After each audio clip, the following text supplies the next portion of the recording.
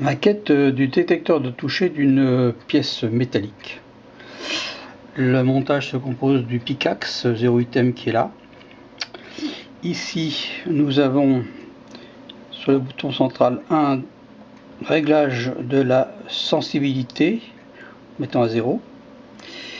Et la sonde se compose ici d'une partie de circuit imprimé avec la surface cuivrée au-dessus, soudée à un fil qui va au pickaxe.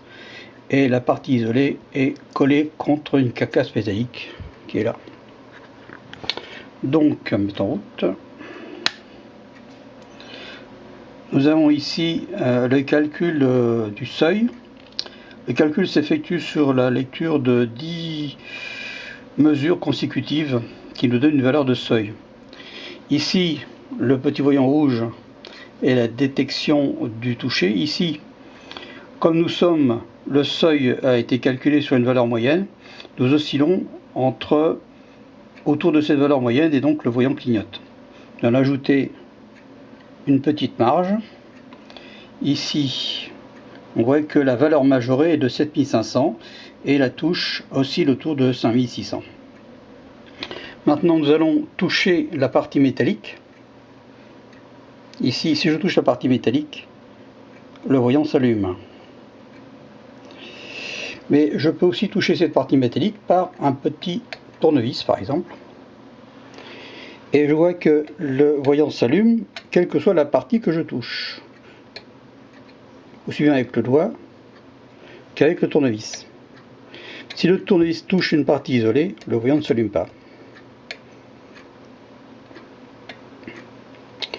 Donc, on peut aussi remarquer qu'il y a ici un fil de masse relié à la terre.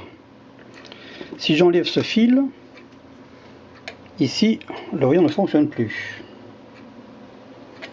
Et on voit que la valeur, au lieu de monter, descend à 2500. Si je remets le fil de masse, tout rentre dans l'ordre et la valeur, lorsque je touche, monte à 12 000. Alors ce phénomène est assez aléatoire. Il dépend en fait, je pense, des charges électriques qui sont réparties dans le circuit. Il se peut que la masse ne soit pas obligatoire. De temps en temps, ici, on voit que ça refonctionne en touchant, mais si je touche à la masse, je me décharge et à ce moment-là, le système ne fonctionne plus. Pour que ça fonctionne, il faut donc remettre un fil de masse, un fil de terre, et à ce moment-là, le système fonctionne à tous les coups.